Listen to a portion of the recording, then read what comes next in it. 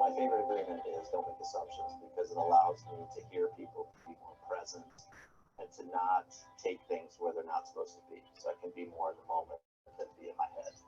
Your mind starts thinking about all these things and reasons someone did something, and then you take it among yourself and you create this whole little false drama about what it is. I do believe that all the drama and the sadness that we create, and I've done it too, is because I've made assumptions about someone else. That I think the not making assumptions and taking things personally definitely go hand in hand, because when you start one, the other one follows, and it's like a domino effect.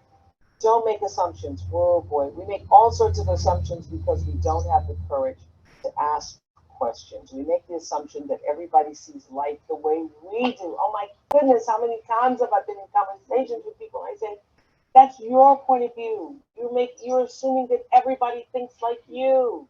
That's one of the biggest ones, isn't it? Yes, and that really comes from knowledge. Yes. Mhm. When we was born, we have no knowledge.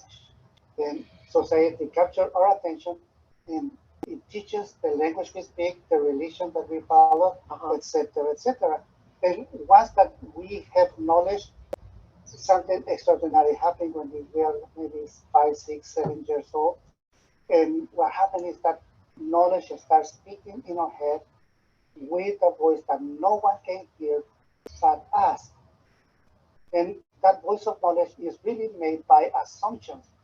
It's assuming almost everything.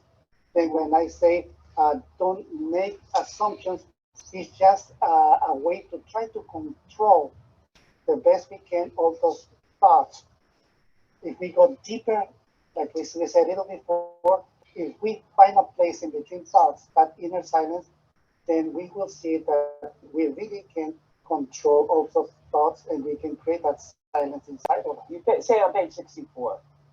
All the sadness and drama you have lived in your life was rooted in making assumptions and taking things personally. Mhm. Everything revolves around either one or two of those, right? Yes. Taking it personally or assuming somebody is thinking the way that you do. I think women make this mistake a lot in relationships, all kinds of relationships, particularly with their spouses and boyfriends and all that, is that you think that person should know how you feel or what you're thinking. You think that person should know because they love you, they care about you. They don't. Isn't that a huge one that people make all the time? Yes, this happens all the time, all around the world. Hmm. And we cannot read minds, really. So not making assumptions.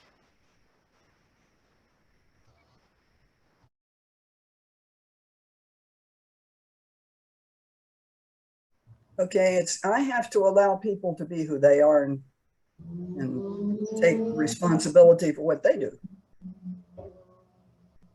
Not Okay. let it, not allow them to, not allow it to project onto me. Good thoughts. Janice, what were you going to share? I think what's happened, it's been very freeing. I've stopped wondering if, like, I wonder if that, or I wonder if that. Um, there's a place that when I begin to think that somebody is thinking something about me, or that I've done something, and they're having a reaction around it, that I'm not sure, and I'll make an assumption that they're having a certain reaction. And I always go to that vibrational place. It gets very dense. I begin to feel myself. How do I even explain it? Um, I start to feel a little bit darker. And as soon as I could say, you know what, I'm not going to take this personally, it lightens it up. It's like, I don't have to care. I really don't have to care. Where I think my whole life has always been about, people liking me and making sure that people are comfortable. And if that happens, is that my fault? To be released from that is huge. It just feels very freeing. And I was noticing that this week, where, like, with my brother or my girlfriend who I can't quite read, Well, I just can't quite read. I don't need to make up what I think she's thinking. Just know that I don't know what she's thinking. And if I want to do a reality check, I can do just that. Just, I could say, let's do a reality check. So it's just very freeing. Very much so. Thank you. Saundria, what was your week like? What did you not take personally? I can't remember anything that came up along the lines of, I don't need to take that personally this week, but I did some internal processing because the question came up, well, if you don't depend upon, or if you don't let what other people say about you sway you, then do you become something that is not social or something that is abnormal because you're not fitting into the pattern? And what came up for me is, if you or me, if I follow principle, then I don't have to worry about becoming abnormal. And so that frees me not to worry about taking things personally. And it frees me for all the other agreements, because I am ethical and I am living in the Christ consciousness. So I would be social. I would be something that would be an asset to the world, as opposed to a liability of somebody who's running willy-nilly with no rules, with no regulations, with no concerns. It would be just the opposite, because I would live in authenticity. So that was what I was processing this week, that the 4 agreements, would that make me somebody who was unethical or just not following the rules or just abnormal? But the work is internal, like we were saying. So that's what I did. Got it. Okay. Good observation. Jamie, how about you? Well, I'm sorry, I hadn't quite caught up. I wasn't here last week either. So, but yeah, I'm sure I'm thinking there are several things that all of you have said I kind of connect with. One of the things is about what Janice, you mentioned about wanting to be liked. And I think that's a pretty big cultural thing here in our country, wanting to be liked.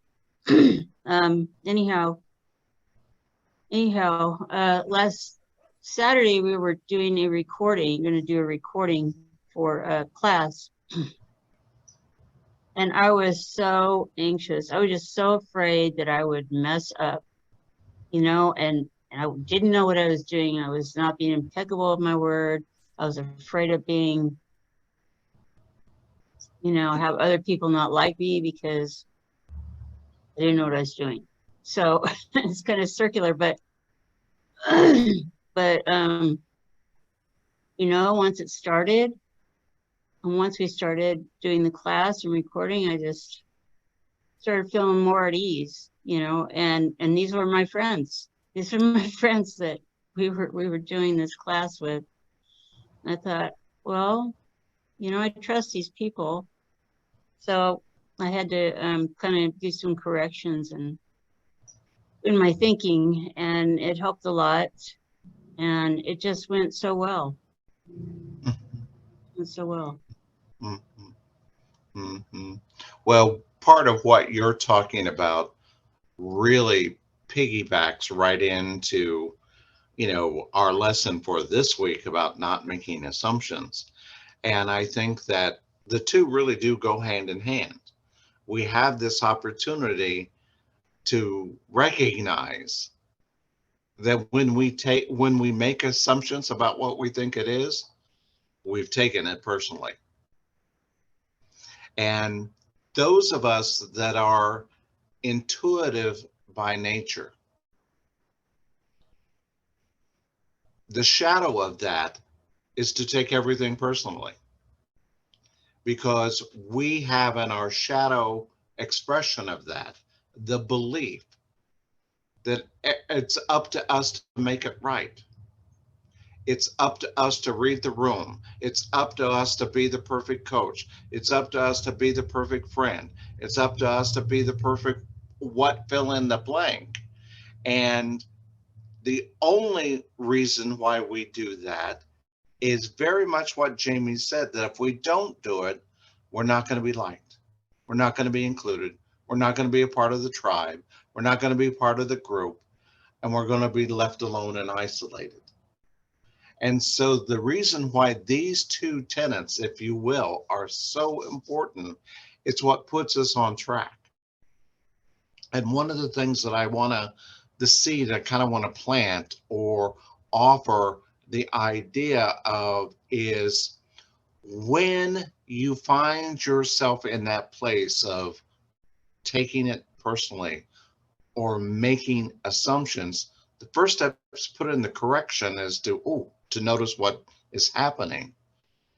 But to then ask this question, Spirit, what am I to see in this?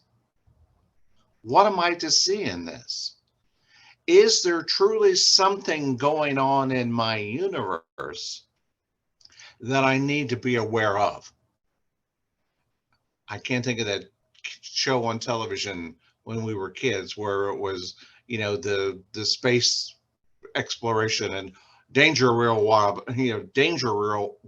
Robbins or whatever it was, is, his spirit whispering to us, pay attention, look both ways before you cross the street, whatever it is there something that I need to see in this? Or am I needing to see a pattern of being triggered, that this situation of taking this personally or making an assumption is revealing something to me? And I think that that's the biggest opportunity. And I love what Saundria offered up about having that internal dialogue with herself to kind of go like, am I going to be the odd duck out here? Yes. And celebrate that, celebrate being that odd duck, because when you get to this place where you see yourself as the odd duck, you get to laugh at the scenario when it shows up again. And I'll give you an example of what I mean. This summer, my biggest lesson was in making an assumption that the way that somebody else used a word meant exactly what it meant when I used the word. And many of you may already know this story, so I'll indulge me by listening to it again and acting as if it were the first time you were hearing it. But for my birthday, my brother called me and wanted to celebrate my birthday and give me a birthday gift for my birthday. And in his conversation said, I bought us a house. Now, within the world that my brother travels in, he has the means and the ability and the know-how. He could very well do that thing. So I heard that conversation. I became excited about it.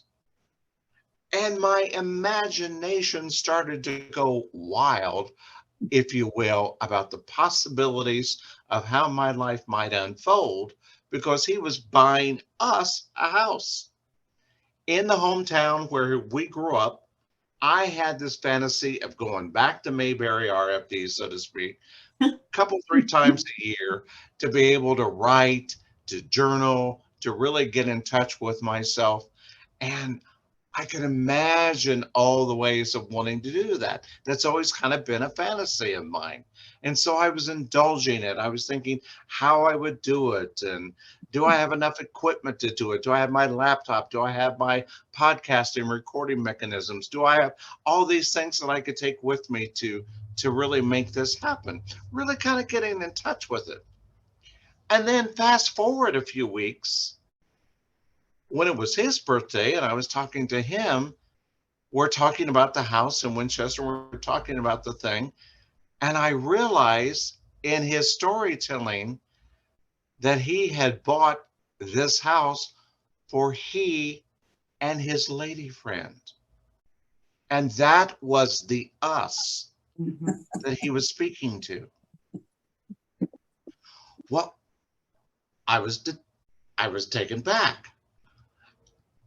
And I immediately got to kind of laugh at my own realization that I made an assumption that his use of the word us and my use of the word us and my interpretation of us was one that included me. Now I got to look at also when I asked Spirit the question, all right, I get the lesson here. What I want is the spiritual syllabus. What is this here to show me? I see what happened. Spirit, what is it to show me? And one of the things it revealed to me is a memory of my relationship with my brother has been a series of what I would call failed assumptions and broken agreements. I want to put the broken agreement first because I thought we were doing a thing only to learn that we weren't doing a thing. From the very first memory of being a 6-year-old when he went away to college for the first time and would send little notes and little letters saying, I can't wait to see you at Thanksgiving. I can't wait to see you at Christmas. And so my imagination would be filled with anticipation of hanging out with my big brother and all the things that we were going to do.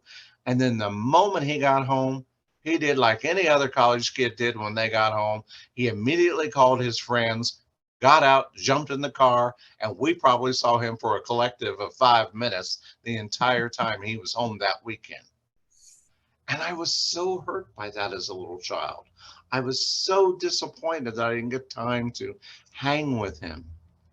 And then as we went through our adulthood and through life, there were often times that as close as we were, I would set up an imaginary situation with him where I made an assumption of something that we were going to do together or how we were going to be together or whatever it might be would be a certain way only to have it turn out not to be that way.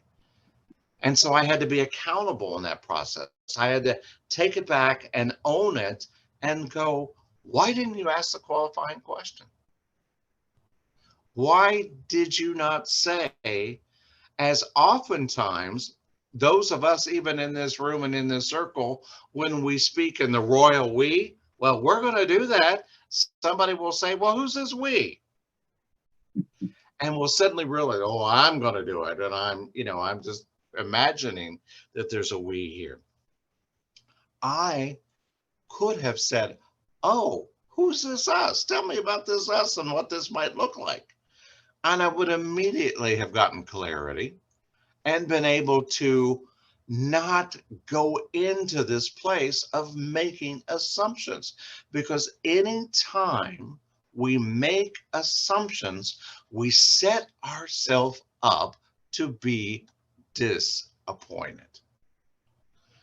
And if we really look at those times and those events that we probably recall in our life that are truly disappointing or truly that was a life lesson well learned, we can probably look back and go, and that happened because I made an assumption.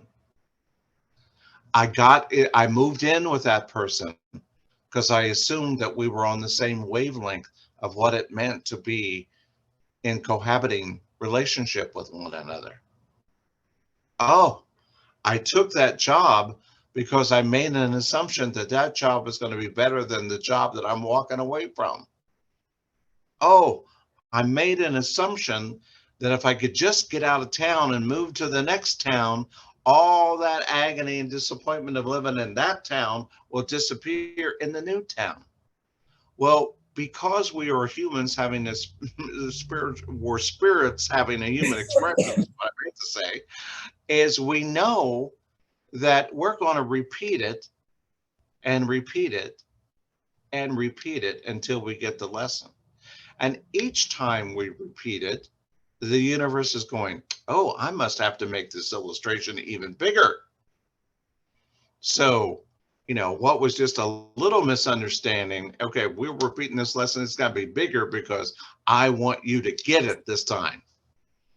And then we get to really look at it. So that's my story of making an assumption.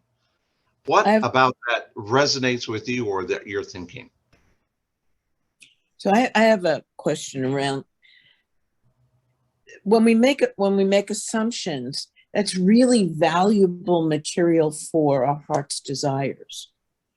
So to be able to know that you've made the assumption and do the correction around making the assumption, but taking that material and being able to say, I would love a place to write.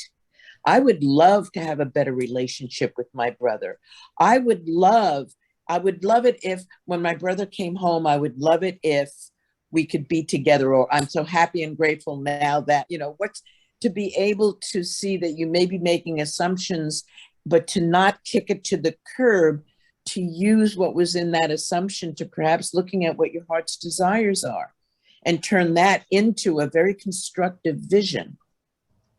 Absolutely. I think that's good. That's good insight, because what came to my mind as you were saying that, how do I transform an assumption into an intention that will serve my life? And what that exploration did for me in my life was to say, well, heck, if he could buy a house for $37,000 in Winchester, so could I. But that's not, I'm even hearing more. I'm hearing that you would love a place to write. I'm seeing it even more so that you saw yourself writing, you saw yourself doing something that was really enriching your life. If I make an assumption around something, I want to know what was driving that, what was in my heart. And so what would fulfill that for me? And that's what I was hearing. It wasn't even about the house to me so much as it was about what you were doing in the house. Exactly. Yeah. Point well taken. Point well taken. Thank you for sharing that, because I noticed what it awakened in me. Yeah.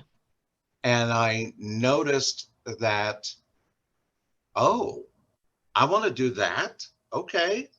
How can I do that? To your point, and some things have certainly started to unfold to that. But I think that flipping what we discover into an action plan is the gift of doing that due diligence of, why did I make this assumption? What is mine to learn here? What's being revealed to me? Yeah. What else? How about you? Enough about me. Tell me what you think about my story. Oh, no. Then it's about you again, right? So what I was taking as a step deeper into that, because I have labeled myself as being intuitive, but and making assumptions, and I said, well, how does this encompass somebody who's intuitive?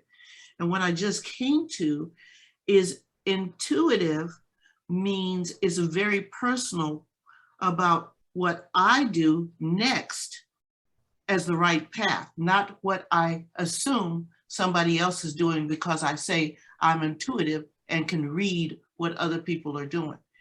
So example is that Lillian, after the surgery, didn't pee or poop for quite some time.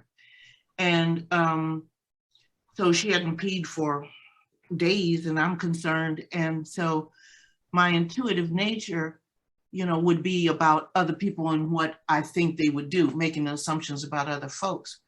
But the intuitive nature said something just totally out. Take her to the marina where she usually pees and see if she'll go pee. And that's just a wild, wild thing. But that is the true meaning for me of intuitive nature. It is what is the right course, listening to my inner voice. What is the right course? What is the right step for me to take next?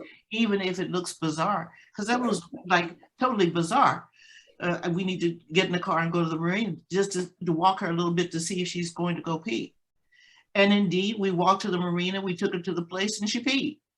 Well, now she didn't pee after that for another 24 hours, but the thing was, that's the true definition of intuitive. What is spirit leading me to do next as my intuitive, not what I read somebody else and their motive and what they're doing and that other stuff. Mm-hmm. Good, good. Who else? Maybe it was a little bit too graphic, but anyway. We just need to identify that Lillian is your pet, not your partner. Yes. That's key. That is key. Yeah. And if I'd mentioned puppy pads, you really would have been confused. Yes, indeed. Betty, any thoughts? Well, I just, she was talking about intuitive. The thing that I have worked with is when I ask myself questions, I get answers. I mean, it doesn't come right away, but I get the answers. And what I've noticed about that is I used to think intuition was guesstimating, and not that important. But what I've noticed now is that it's really, like she said, it's a path forward. It's a kind of the right thing to do. Mm-hmm. It is communication from spirit. So I have a lot more respect for that now. Yeah, I think it's so insightful what you're talking about, because, each day, one of the things about being someone who works from home and, kind of sets my own, I set my own agenda, and, I know the tasks that I want to work on each day. Today was one of those days where when I walked into the office, I thought I was going to do A and B, but I suddenly started working on something else. And I was curious as I was doing it, why am I doing this? Nobody's asking for this. And I want to get that other thing done. But it was like, keep moving. Spirit just would keep moving. And so I worked on the thing that I worked on, and I no sooner finished it, and I sent it off to Avery to take a look at, to proofread it. And he no sooner had sent it back, and I got a request from someone that said, can you give me like a 1-page description of Elder Pride? And that's what I had worked on all day. Wow. How to make that PDF of that thing that it was like I could hand to someone to tell them about it. Now, I don't know why I trusted my intuition to keep moving, because it seemed to be, and it felt like, and energetically, it was the right thing for me to do today. And I trusted that if I was guided to do that today, I'll be guided to get everything else done on the timely basis that needs to be to get done. For that was what was for the highest and best. What else? Is there a lesson? Is there a time in your lives that you can recall when you made an assumption and boy, this was my big life lesson?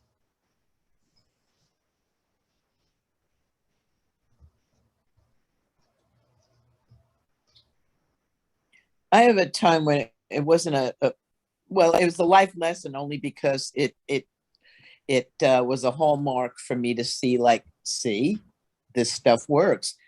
My brother, I was going to get together with my brother, and I mean, in my mind, he wasn't safe to walk through the halls of my mind. And I had all kinds of stuff going on around what he was going to say and how he was going to be, and he was going to be nasty about this, and he was going to be, and I noticed that I had this huge cacophony going on in my head, and I just stopped and I said, the more you go in that direction, the more it's going to be that way. So I stopped and I opened up and I did some visioning around how calm it will be, how wonderful he is, how sweet and kind he can be, what his potential is.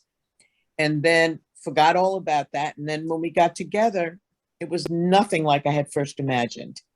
It was just, so I had to catch myself. But really, if I'm not in intuition, then I've got a lot of noise going on. Like it's the conversation is kind of like over here rather than intuition. I feel kind of back here or in my heart. But I know when I'm not having intuition because there's many voices that are arguing back and forth. I love that. I love the imagery of that. It's like, all right, gang, come together. Yeah. You know? Let's build some consensus here. You know, what are we going to do with all this? You know, what are we going to do with all this? What else? Have you ever made an assumption about something and then we're really glad that you were wrong? Yeah. I was glad I was wrong about my brother, for sure. Right, right. And oftentimes it's the, what I want to say, it's you're invited to an event. And there's this part of you that would just rather stay home and have the book, binge watch a movie, do something. And it's like, if you could be propelled there or be like Bewitched and just do the, you know, the thing with your nose and be transported there. Okay, I'll go, you know. But, you know, when it's like, oh, I got to get dressed, I got to drive, I got to park the car, I got to, you know, you go for all of that and you go anyway. And then you have a great conversation. Mm-hmm. Or you see something that you couldn't even imagine it being as touching or as wonderful as it is, you know, that you, on your way home, you have this whole conversation with yourself. Wow, you almost missed this. You almost missed this opportunity because you made the assumption that it was almost not worth it to even go. And I know for what's true for me at my house, the pandemic contributed to that. Mm-hmm. You know, it was so easy. The pandemic gave me an excuse multiple times to buy into that belief of it's no matter what it could be, it's not going to be worth the effort. And now that the pandemic, according to our president, is over, we have this opportunity to look, or at least I do for me, look at these times when I want to say no to something, because I got pretty comfortable saying no to stuff during the pandemic. I got pretty comfortable, you know, hunkering down in my little house with all my little favorite things, whether it be a book, a movie, or whatever. And it's like, I'm cool. You all go ahead. And so it's like now it's like reactivating this whole idea, getting back out there in the world, you know, getting back engaged and, you know, and doing something and noticing what's not quite there yet. And it's like, okay, going to get on an airplane. What do you want to do to make that happen the way you want to make that happen? Okay, fully vaccinated, fully boosted, got new mask, got the whole thing down, okay, but that's continuing on with the vision, as Janice said, that there's going to be so much good in it, that doing this extra work to get me there and to quiet some of those assumptions that would just make me want to stay home is worth the effort. So it's noticing that pattern as well. And, we can tell ourselves quite a story about, oh, I better not go to that concert. I just want to, I want to be safe. Well, no, that's not the truth. What's really going on and what is that about? But to look at us being human in this experience and to have the conversation, as Saundria said, have that hard conversation with yourself, but do it in a loving way.